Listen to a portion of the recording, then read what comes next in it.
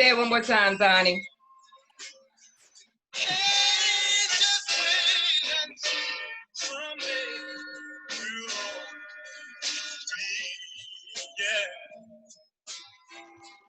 Good day, pioneers. Today we are continuing the discussion of White Fragility, chapters 9 through 12. And then we'll give you some conclusions on how we're moving forward. One thing that stood out for me is that Dr. DiAngelo mentions unintentional racism manifesting itself. And a challenge that I found is for myself, because I tend to read and then internalize. Where am I seeing it in other people and where am I seeing it in myself? And I know I strive to live an intentional life. And I know the experience of having best intentions and having someone tell me that's not how it came across, and that the impact was hurtful. Mm-hmm. And then I know the feeling of being devastated. Like, what do you mean? Because this is where my heart is. Mm-hmm. And then the person's telling me, that's what you say, but your actions made me feel like, and I'm still here. I'm still here. And I feel like that's what we're saying to white folks, but how do you address that? Have you had that in your own relationships, other relationships? And how have you addressed it? I mean, part of it comes from the idea that the person with intentions, you have no right to negate another person's feelings or experience, right? And so then that's how I lead from it. And a lot of times, even think about, all of us are parents. So a lot of times we say or we do things with the best led intention, but the impact supersedes any intent that we could have had. And so for me, mindful that as she stated in the book, when addressing this situation, you have to pay attention to the impact, not the intention. So then the impact then supersedes your intention and importance of addressing. And so just that focus is very helpful in dealing with things, and even dealing with things that are not, racially motivated. Like as a teacher, a lot of times we do or say things that, oh, I didn't mean that way, or that doesn't matter, because that's how the student took it. Mm-hmm. So that's what I took away from it. I had that situation just in my family. Mm-hmm. About 6 or 7 of them took it totally different. And I'm like, but that's not how I was trying to say it. And they were like, well, that's how it came off. It came off real. And I'm like, oh, okay, let me go back and fix it. But they told me, they let me know. And so I went back and fixed it, because I felt like that's really not what I was trying to do to y'all. I was not, but mm-hmm. I was trying to say what I said, but maybe I said it the wrong way. Mm-hmm. And so I had to go back and fix that. So I find that happens in the classroom, out of the classroom, in the family, all kinds of ways. But as you were saying, a point came up in my mind to be able to do that, right? Mm-hmm. And do it in a way where the impact then becomes more important than the intention. Mm-hmm. That means that you have to give up a bit of your own personal ego, right? Mm-hmm. And come on now, because you know where I'm going, right? And I don't even know if this is in chapter 9, but so the connection here is, in order for me to say, and walk through the whole process of restoring that impact, mm-hmm. I then have to say that whatever I was saying, feeling, or trying to get across at that time is of no importance than how it came across. Mm-hmm. And so you kind of got to check yourself first. Yeah. And be able to say, okay, no matter what I thought was going on, right? And so now let's put that in the scope of the book. And that's like the foundation of white fragility, right? Mm-hmm. Yep. Yes, it is the foundation of white fragility. Absolutely. It's the foundation of white fragility, but I think it's perhaps it's the foundation of humanity, because Absolutely. it seems like it's human nature for us to do that.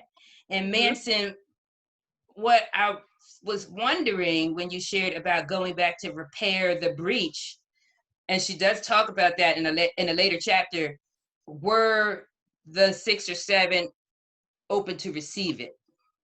They were. I mean, some of them have that personality where, because it was family members, and some of them have that personality like they wanted to just jump right on me, knowing that I'm going to jump.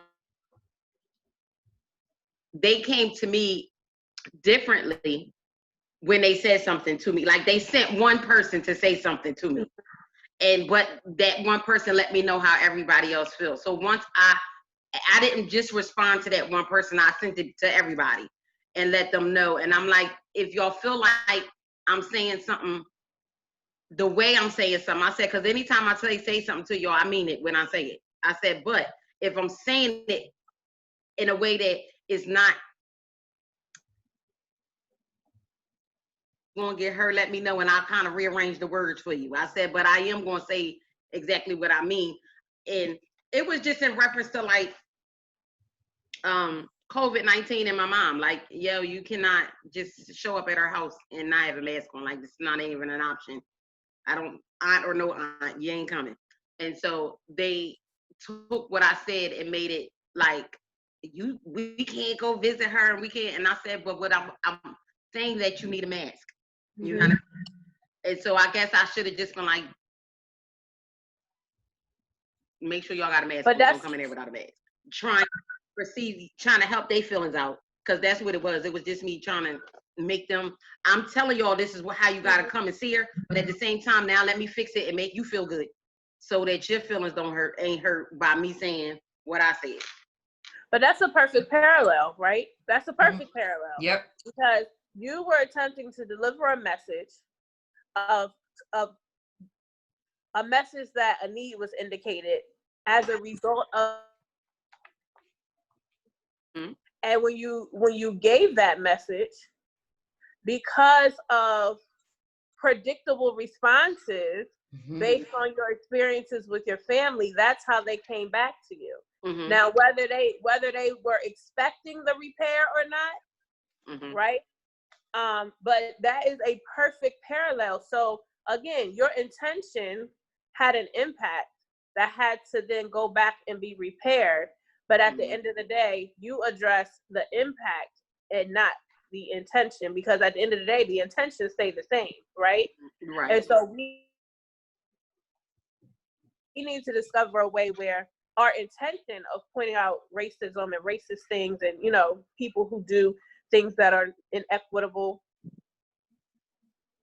we can't have that impact flip back on us. Because I think a lot of times, as she stated many times in the book, when you start having these courageous conversations, the discomfort is what gets addressed, not the actual situation.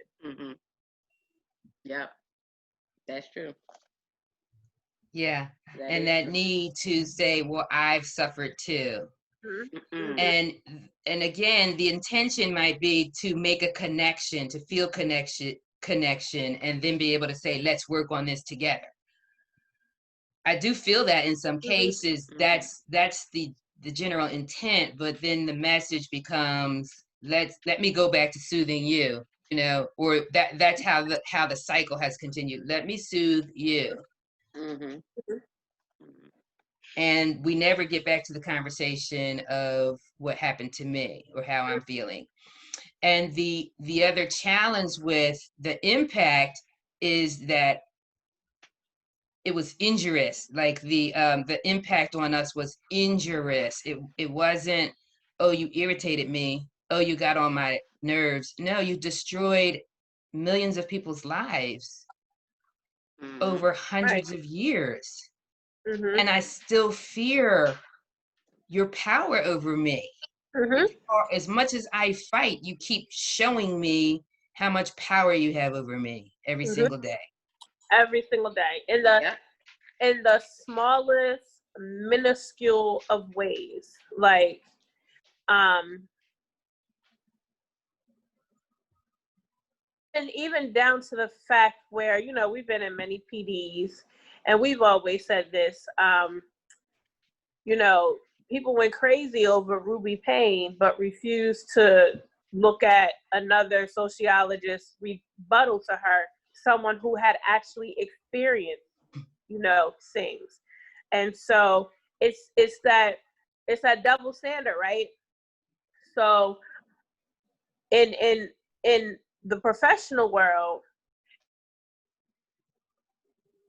it said she talked about how, you know, she's also white, which makes other white people more receptive to the message, right? And I say this all the time. My coworkers can say the same thing that I'm saying and have screamed from the hills, and it's not a good idea until they hear it from someone who looks like them, right? Not all the time, but more times than not, right? And but also in the flip side, it's weird to me that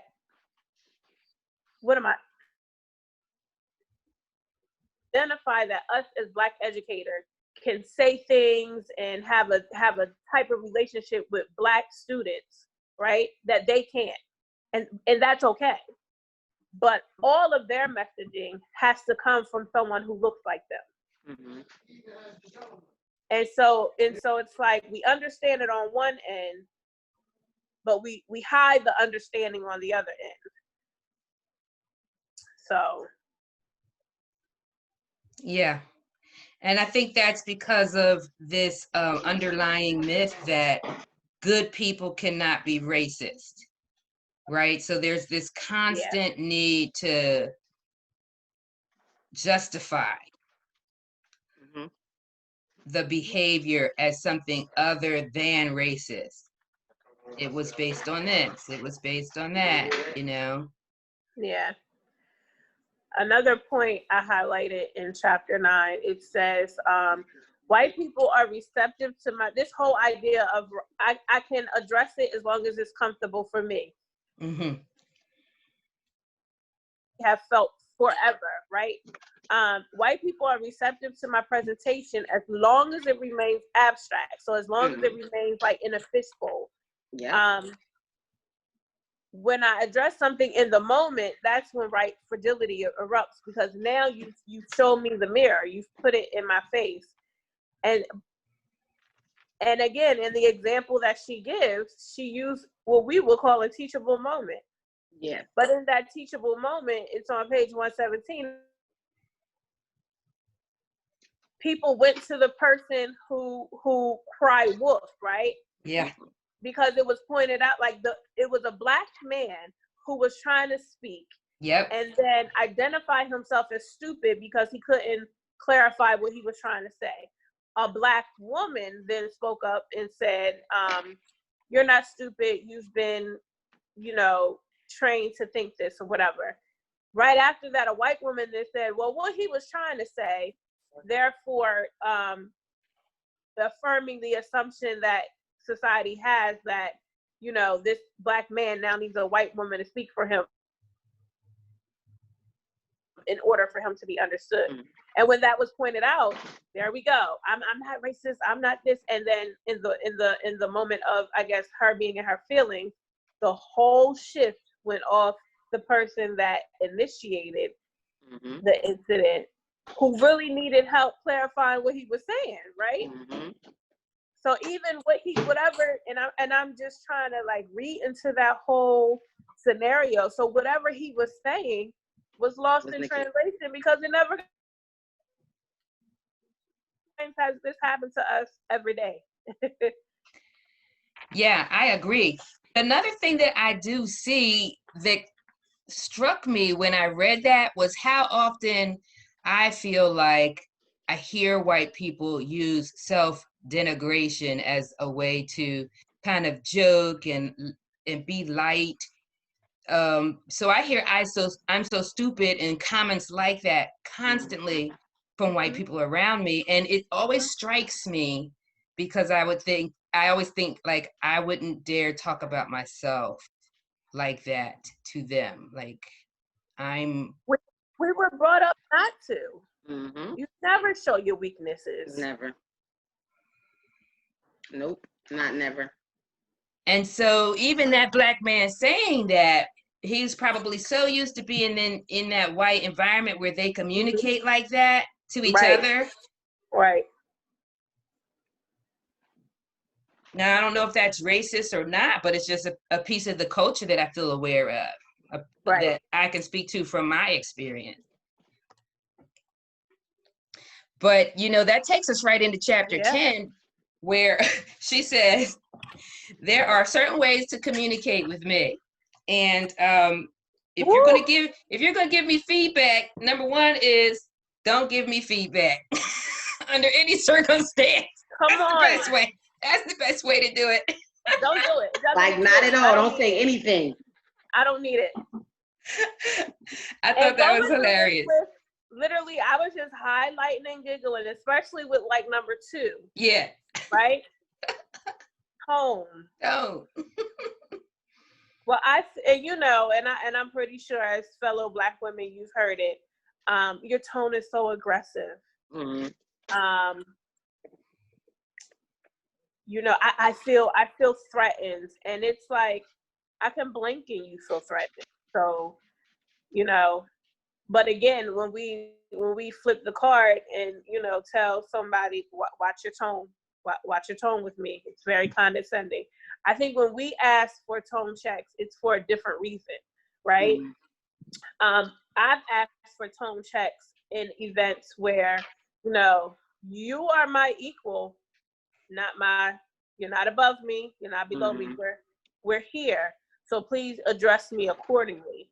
And oftentimes it does have to do with race, but it's funny that tone doesn't exist when it goes the other way. Right. That's true. Because it's because they believe they can't, their tone is not aggressive or it's not angry. They believe their tone is just monotone, it's cool, it's fine. Mm-hmm. While sounding just like the tones that they inflect on us. Mm-hmm. Yes. I highlighted. You looking at 3? Yeah. Why is my finger on 3 right here? Hello. What is that? Come on, let's talk about that. There must be trust between us. So then again, let's go back to number 1. Don't do it, because is there ever really trust? Right? No, not at all. Okay, so let's go here. I have a question for you, and I'm just really peeling back a layer and being vulnerable. I was thinking about this trust piece, and when we talk about friends, and I do have whites who I consider friends, but they're work friends, and there's a friendliness, and there's a care, and there's a belief in them, and I believe that they feel the same for me. But you don't come to the family barbecue, right? You don't. Manson, you spoke to that before with your friend, where when you thought about it, it's like she hadn't invited them. And they hadn't invited her either. But as I take a look at it, I still don't have anyone like that I want to invite to the family barbecue. And mine would be, I ain't inviting you because not the fact that I know my family, so I already know now I got to defend you or help you out with the family and stuff. So I'm with you. I don't have anybody that that would come that I could bring to the family bar. Nah. Yeah. But that goes back to how we exist in bubbles, right? Yeah. So you have so for me, and it's funny because I had this conversation with a colleague. Oh, you didn't accept my friend request on Facebook. Well, my social media is private for a reason, because I exist in bubbles outside of, because we have to, it's the code switch, right? It's the code switch. And I don't trust you enough to invite you into my code switch. I just don't. And also it goes the same way. I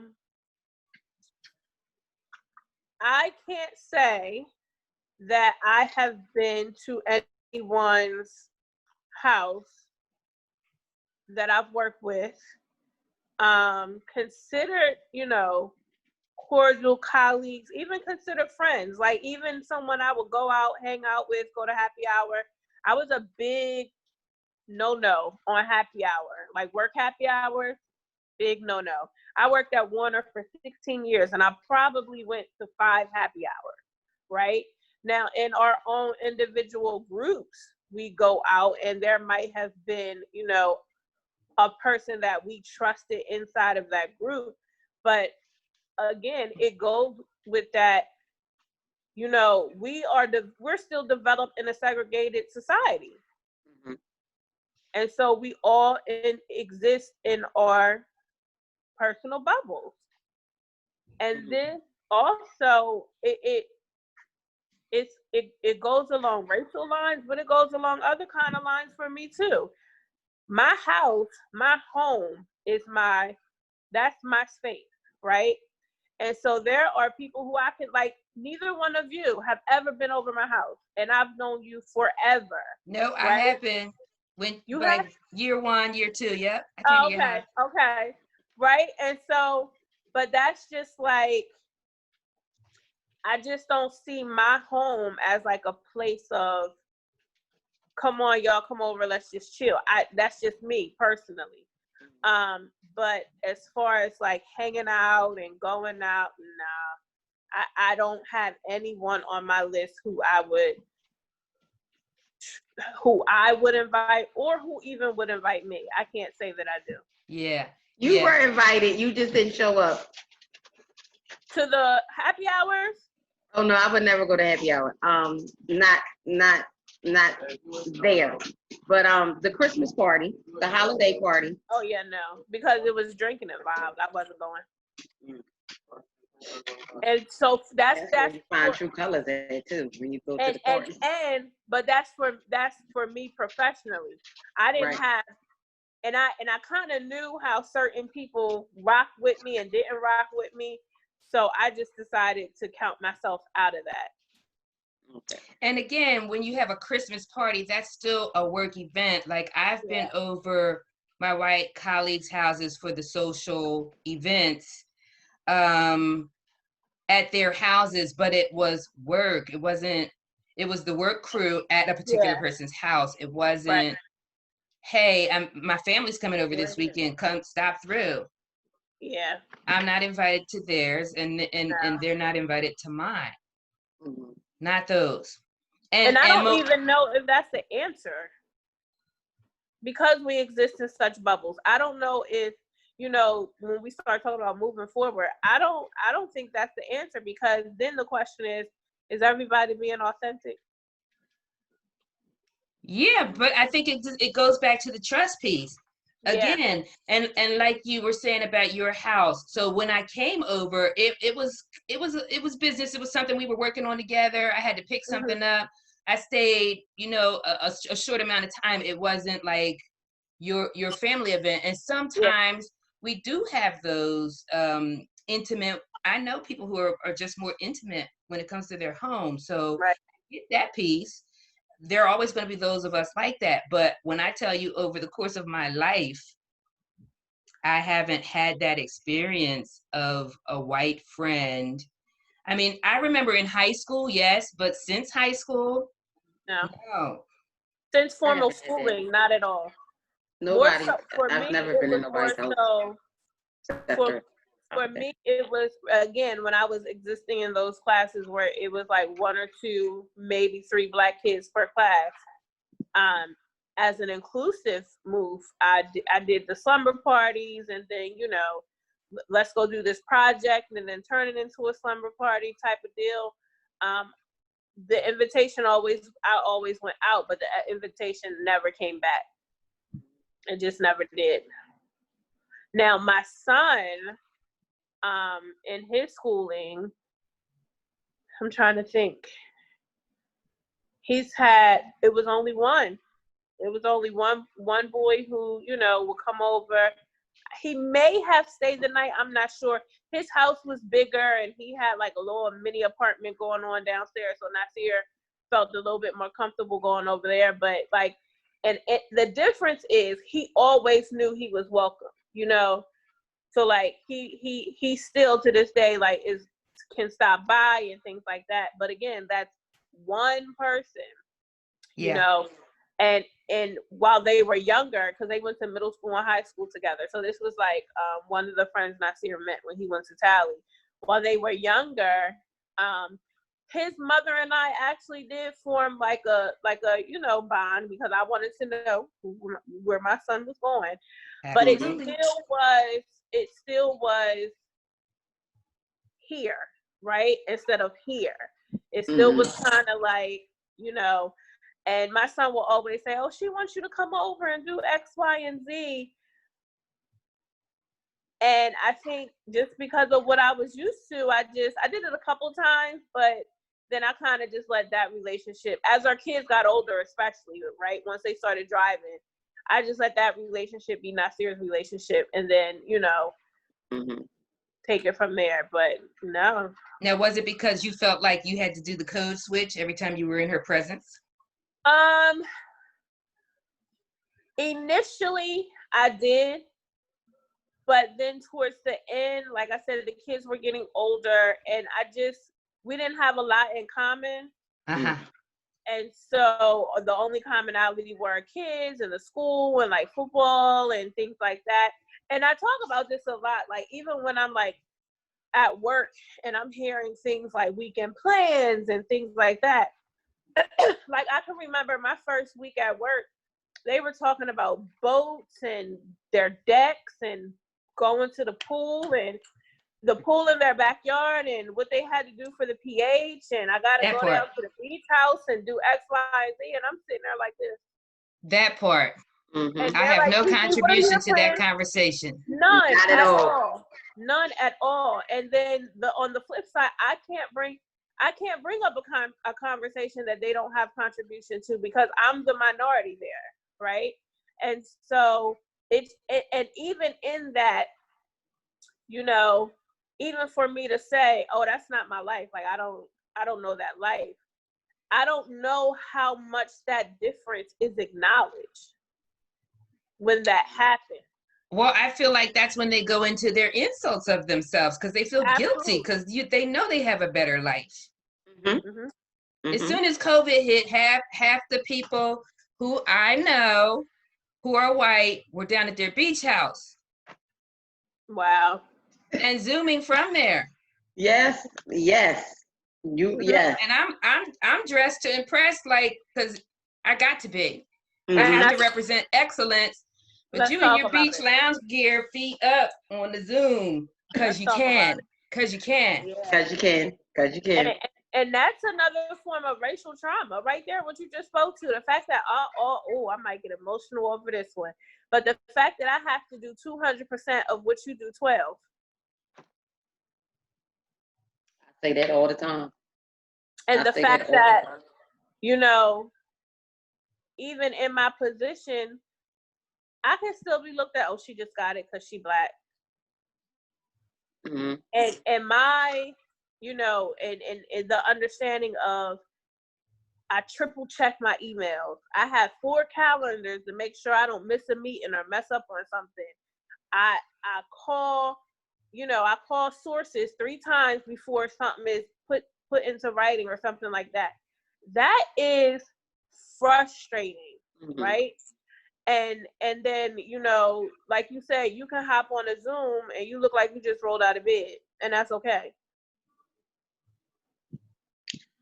Or even joke about what's going on from the waist down, and that's so, you know what I mean? It's just like that piece right there. Like, let's acknowledge the difference and let's acknowledge the double standard, and let's move on from that. Right. Because my mistake is more detrimental to somebody else's that doesn't look like me. But my mistake can only affect me. That other person's mistake can affect 645 students. So that is, sorry, I had a moment. It's out there. We need to get it out there, the It impact. You know, we are discussing impact right now, and I Yeah. encourage everyone to stay tuned. Buckle down, stay tuned. One of the things, I know I'm skipping ahead, chapter 11, I just want to skip to chapter 12 real quick when she says, we'll get back to 11, but in 12, when she says, people of color provide assurance that they haven't given up on me. This is Dr. DiAngelo talking. Yeah. In spite of her repeated racist behavior, due to the understanding that she will have racial behavior based on the society that socialized her. So I said, wow, you know, and I feel like we do that too. We keep giving the passes, and Absolutely. we'll keep giving the passes because we believe in people. We believe in love. We believe in everyone being better and seeing the best in people. Yeah. But that doesn't mean it's not frustrating. That doesn't mean I don't have, you know, my moments of being taken fully aback. Yeah. What I'm seeing, but I have to get up and dust myself off, and I'm willing to do it. So I need people around me to see that that's a possibility, and don't shut down. We need to talk. We need to have this conversation. Listen to the end. Yeah. Don't shut down. Sometimes those passes protect me. Right? I'm gonna just let you go ahead and get this pass because I cannot put forth the emotional effort to address this. Perfect example just happened. Just a conversation amongst people working, and a statement was made basically in summation that, oh, you know, it came back that a lot of these police shootings were justified. Immediately, my body got rigid, right? Yeah. And then the person continues to explain the scenario through hearsay and ends it with, oh yeah, I would have shot him too. So in that moment, I had to decide, do I want the fight? Like in that moment, I literally felt like a child, right? Because let's go back to the list. I don't know this person, right? So there's no trust. And I think she mentioned somewhere in her writing too, often when she has these conversations, she often gets their point of view first. I had no oomph to go into why his point of view was like that, because I immediately just saw it as it was, right? And so a lot of times the passes then become permission. Yeah.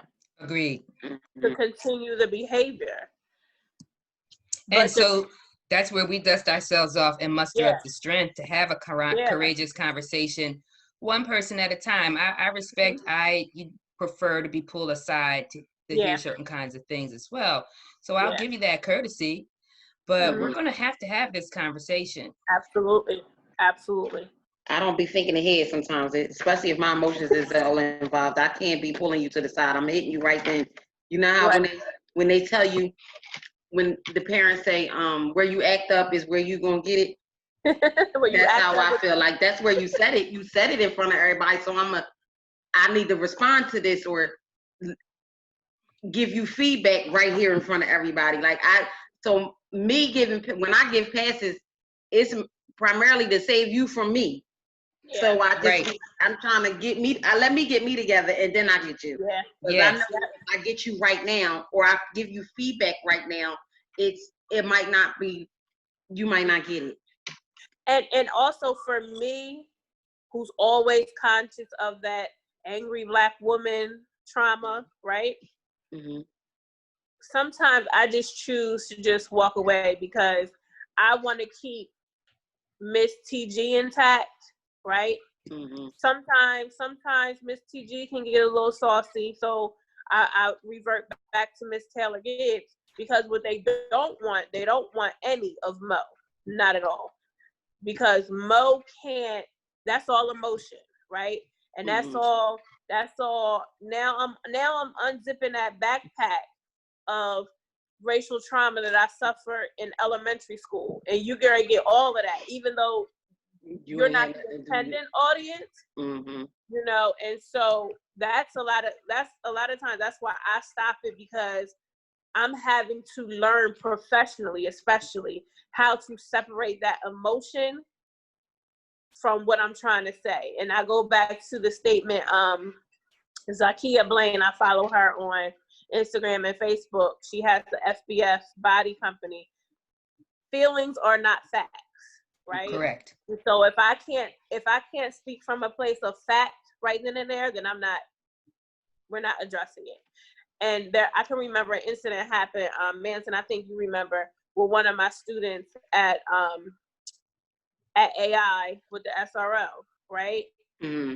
And I just felt like in the moment of what was going on, and I know SROs are a hot topic, but in the moment of what was going on, I addressed the issue, you know, and dissipated the issue to whereas the student and the SRO, their contact was less, let's just say. Mm-hmm. Yeah. But afterward, I went back and I had a courageous conversation with that SRO, which for me is a lot. That's a lot for me. And so I kind of, you know, just expressed myself and my views and what I was perceiving. And he was receptive to it, because I basically was like, you know, what was your reasoning for doing that? Like, why were you, because I felt like in that situation, what I was perceiving, the situation could have been deaded. Like, it could have been stopped. Mm-hmm. And at one point I felt like with the SRO and whoever the other like teacher or admin that was involved, it turned personal, right? And so now you're disrespecting me as an adult. So now I gotta check you. And so in speaking to him and just expressing myself and telling him how I felt and telling him why I felt that way and, you know, why I do so much to build effective relationships with kids, he then understood why I was able to stop that situation just with a, yo, cut that out, you know? And so from there, like, he came back again to kind of tell me, like, thank you for that conversation, you know? And so... Now, was that more about relationship building? And I see you I saw that side. Yeah, like that. My sister, I just empathize. I feel you all the way on that side. But with that, did you ever say because you're white or because I'm black, or was it more about just the relationship building? Oh, it definitely started off racially. Okay. Definitely. Gotcha. Because I felt it was, because, you know, no one listens to our kids. They don't have a voice. So I felt like it was my duty to be the voice for the student and explain why the reaction was like that, right? And kind of explain why, you know, the kid went from 0 to 100 real quick. And so it all had to do with, because first it's racial, then it's position, right? So here's this white cop coming at me saying X, Y, and Z, doesn't even know what the real situation is, but just coming at my neck. That's the perception of the student. And then you look at, here's my black teacher who I see every day, I have a relationship with, I respect her, I trust her. And so when I'm faced with the decision of who to listen to, I'm going to listen to the person I trust. Yeah. And so I was trying to help the cop to understand how the distrust starts with the racial differences. Wow. That's true. Yeah. Because if they don't trust you.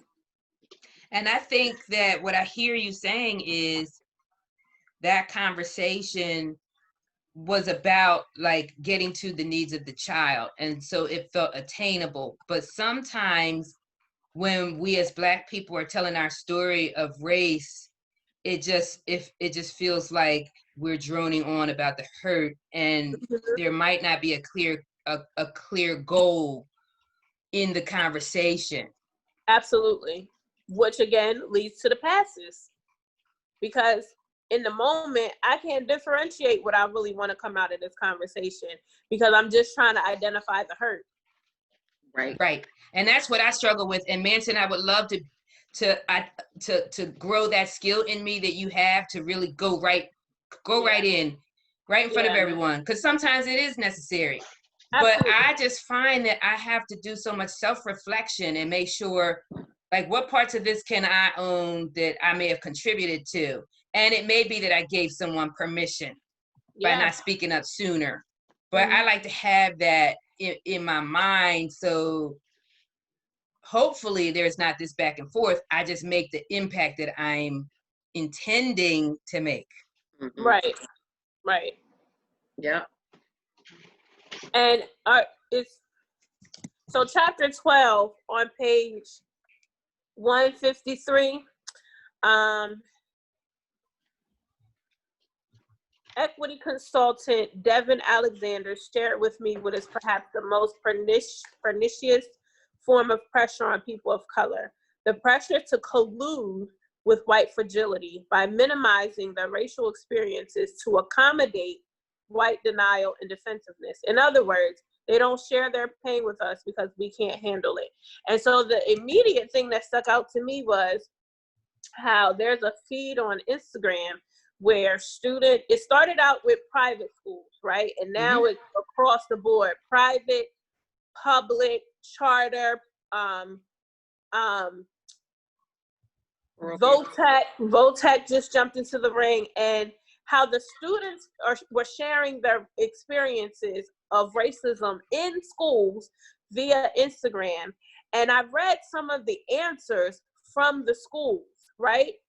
And immediately when I read that, and when I read like that list, because I only read a couple of responses, but I'm sure there were more responses where it was more like, you will be punished for expressing your views, right? Social media is not a platform to do X, Y, and Z. Instead of, thank you for bringing this to our attention. We would like to invite you to the table to further discuss these issues and figure out how we can come to the table with solutions to address these issues, right? And there were even experiences in there where students were saying, I told X, Y, and Z, and I ended up getting in trouble. And so that just, while we actually concludes her story, that just goes back again, we're not allowed to feel racism at the risk of exposing those who are racist towards us. Yeah. Gotta say their feelings. And going back to chapter 11, she says, white people must continue to ask, how does my racism manifest? Not if. How does it manifest? Not if. And so as you talk about the challenges, we need you right there. Like, mindset. That's where we as a people, I can't speak for all Black people, but I know for myself. Right. I am going to co-sign with Dr. DiAngelo and say, I need white folks saying that. Thinking that way. How does my racism manifest? Just be in that space, and then be willing to listen. And I'll share, people around you will share, the youth will inform you through their actions. It's all right there for you. It's a complete package. We still are going to have our challenges. It's still going to be hard. But that's like a centering mindset that can shift a whole lot of this. Absolutely. And removing the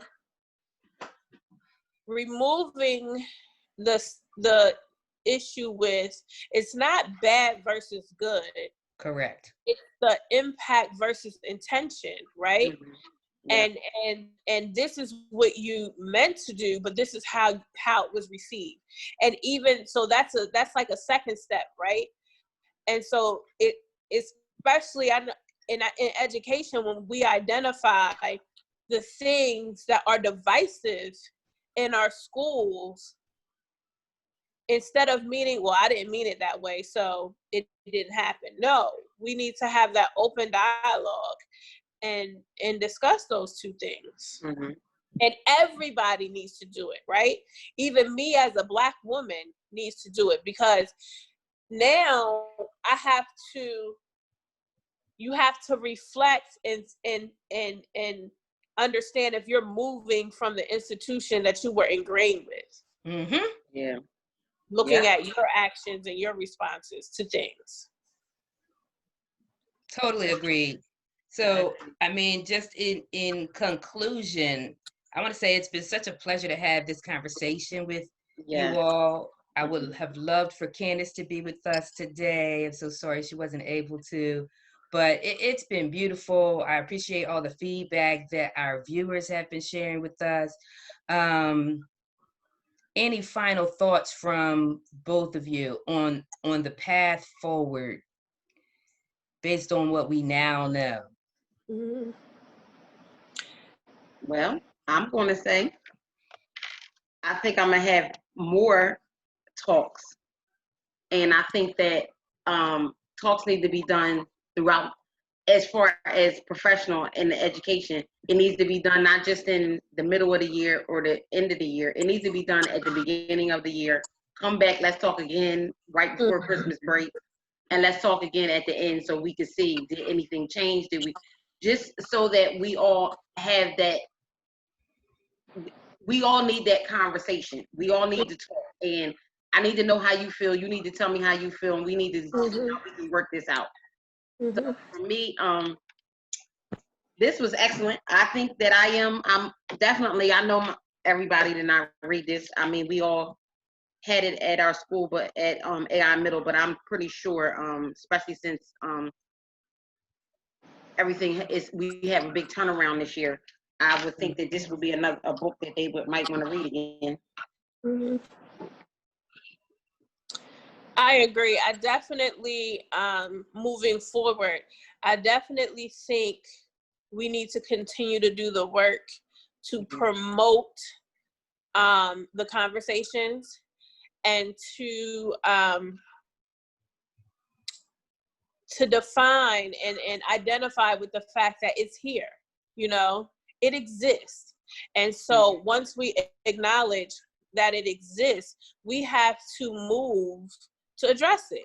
And so with me, my going forward is I'm going to continue to hold that mirror up, no matter how uncomfortable or exhausting for me it gets, and uncomfortable for the people who need to be acknowledged, because just because you don't experience it doesn't mean that it doesn't exist. And just because you don't see the impact doesn't mean that it doesn't exist. And just because you believe in intention does not mean that the impact is not happening. And so just continue to push forward and have those honest conversations and promote those courageous conversations, and also share what I've learned, right? And so this is like a tool for me, and when I have those conversations, I can address the white fragility, right? And kind of help them remove their rose color lenses a little bit. And at the end of the day, for me, all of this is done in education for the good and success of the students. That's it. Yes. And I feel like healthy adults have a better opportunity to groom healthy children. Right. Absolutely. Frederick Douglass, I believe, said it's easier to train healthy children than it is to fix broken adults. Yep. It's actually a quote that I have at the end of my email, because I feel so committed to working with children. But the more we repair ourselves, the better we can be for children as well. I definitely see that. One last thing that Dr. DiAngelo said that stuck out for me was white people need to stop being guilty, because it is something they were just born into. Instead be accountable. Yeah. But that all of that's the training too. So it's like I was trained to be white supremacist, and I was trained to feel guilty about it. So now we're saying, don't be guilty. Be willing to do a new thing. Yeah, be actionable. Release the guilt, because that's what's making you need to deny it and defend it. Release that. Release it. Accept who you are and what kind of behaviors are going to come from you, and be willing, one step at a time, one action at a time, to do a new thing, learn a new thing. And that's what I'm asking of my white brothers and sisters. And I'm going to say it that way, just to just put my arms around my people, because I believe in humanity.